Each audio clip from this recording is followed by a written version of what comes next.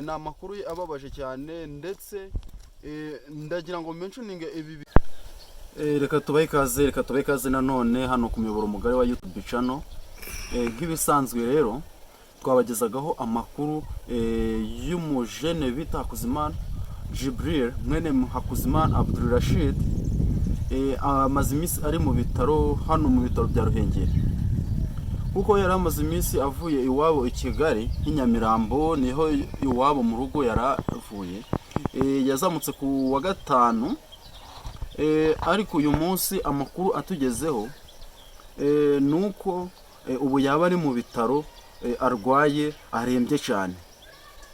Ayo ni amakuru tubagezaho dukesha niyo nanjye namwihamagariye, twari tumaze iminsi tutavugana, mwihamagariye aza kumbwira ati meze nabi, ibintu bimeze nabi. Ati amaze iminsi ari mu bitaro, amaze iminsi nta muntu umwitaho, k'ibisanzwe babizara hano Musanze mu rugo ni Kigali, nta muntu afite uwa umwitaho. Ariko ikintu cyakumentioninga hano nuko mbabwira yuko ibyo mbabwira ari inkuru mpamo, atari fake news. Nubwo hari abamukurikirana mu biganiro asanzwe akora, nk'abakunzi bakurikirana ibiganiro bya politiki bamukurikirana hano ku shene ye, mumaze iminsi mubona akora ibiganiro, ariko mwakwibaza muti se uko amaze iminsi akora ibiganiro byaragenze gute? Icyo kikaba ari ikibazo buri wese yakwibaza.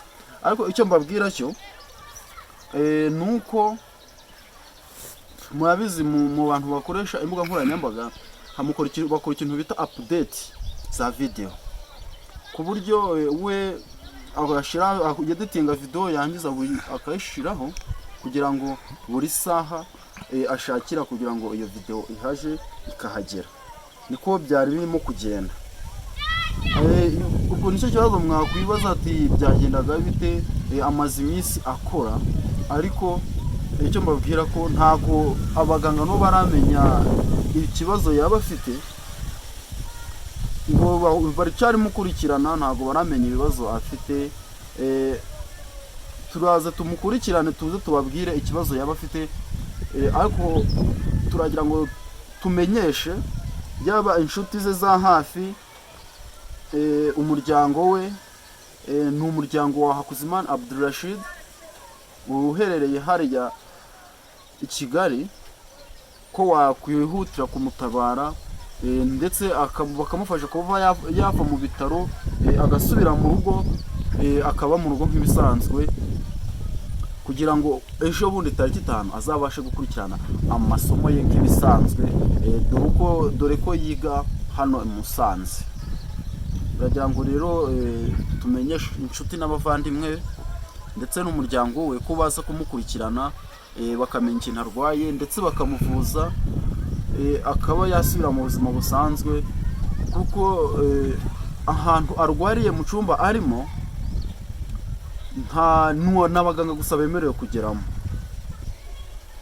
n'abaganga gusa bemerewe kuhagera, nta wundi muntu wahagera, kuko bari kumuvura bamufungiranyije.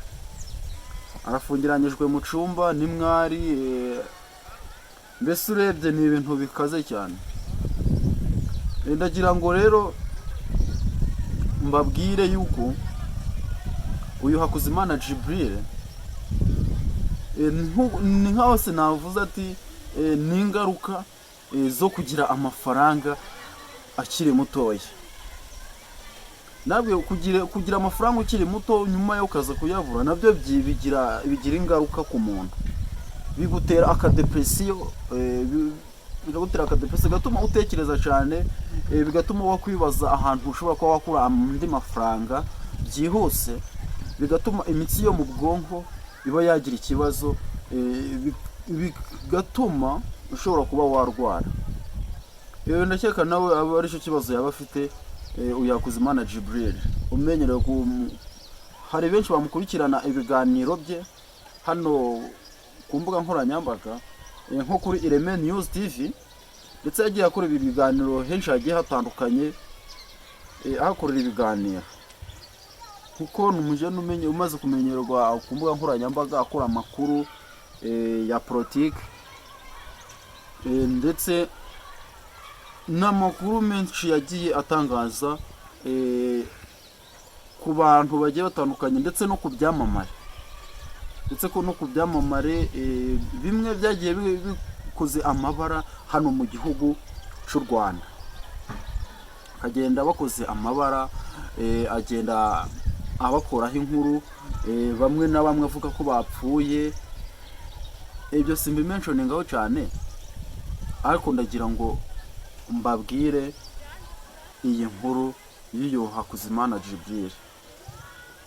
Ni umujene ukiri mutoya cyane, ariko yakoresheje imbuga nkoranyambaga cyane, akorera ku masheni menshi agiye atandukanye, ariko ubu cyo mbabwira cyo nuko arwaye cyangwa se arembye cyane, arwaye hano mu bitaro bya Musanze hano mu Ruhengeri.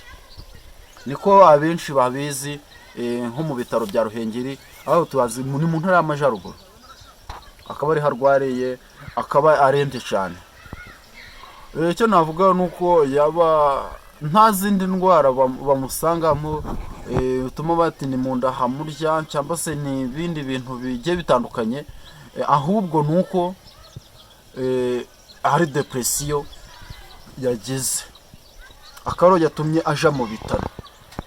Iyi ni inkuru itariho ivumbi, ntago tuvuga ngo turayikesha ngo ibinyamakuru ibi n'ibi, kuko iki nicyo kinyamakuru cya mbere igezeho, kuko iyi nkuru twaje kubimenya ejo ku wa mbere ku tariki ya 22